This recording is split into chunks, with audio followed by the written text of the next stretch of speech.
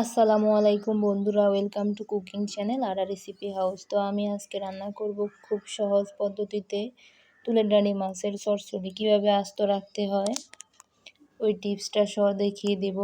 তো এখানে আমি কড়াইতে তেল দিয়ে দিলাম, পরিমাণ মতো পেঁয়াজ কুচি, রসুন বাটা, এগুলোকে একটু নেড়ে চেড়ে ভেজে নেব।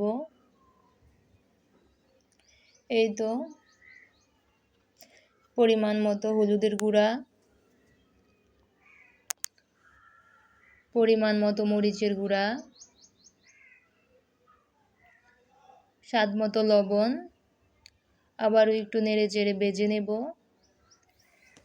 এই তো আমার ভেজে নেওয়া হয়ে গিয়েছে। এবার এখানে পরিমাণ মতো জলের পানি দিয়ে দিব মশলাগুলো কষিয়ে নেওয়ার জন্যে। এই তো আমার কষানো হয়ে গিয়েছে, দেখতেই পাচ্ছেন। এবার এখানে তুলের ডাঁটি মাছগুলো দিয়ে দিলাম। যেভাবে দিয়েছি ঠিক সেভাবেই থাকবে, শুধু আপনারা একটু স্টেপ বাই স্টেপ টিপসটা ফলো করুন আমি কিভাবে রান্না করি। অল্প একটু পানি দিয়ে দিলাম মাছগুলা কষিয়ে নেওয়ার জন্যে, আর নাড়া যাবে না, হালকা করে একটু নেড়ে নিলাম। এই তো কয়েক টুকরো টমেটো কুচি দিয়ে দিলাম, হালকা করে একটু নেড়ে চেড়ে দেব।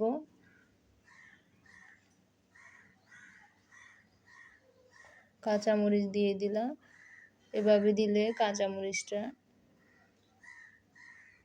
একবারে নরম হয়ে যাবে আর মুখে লাগবে না, এই জন্য কুচি করে দিলাম।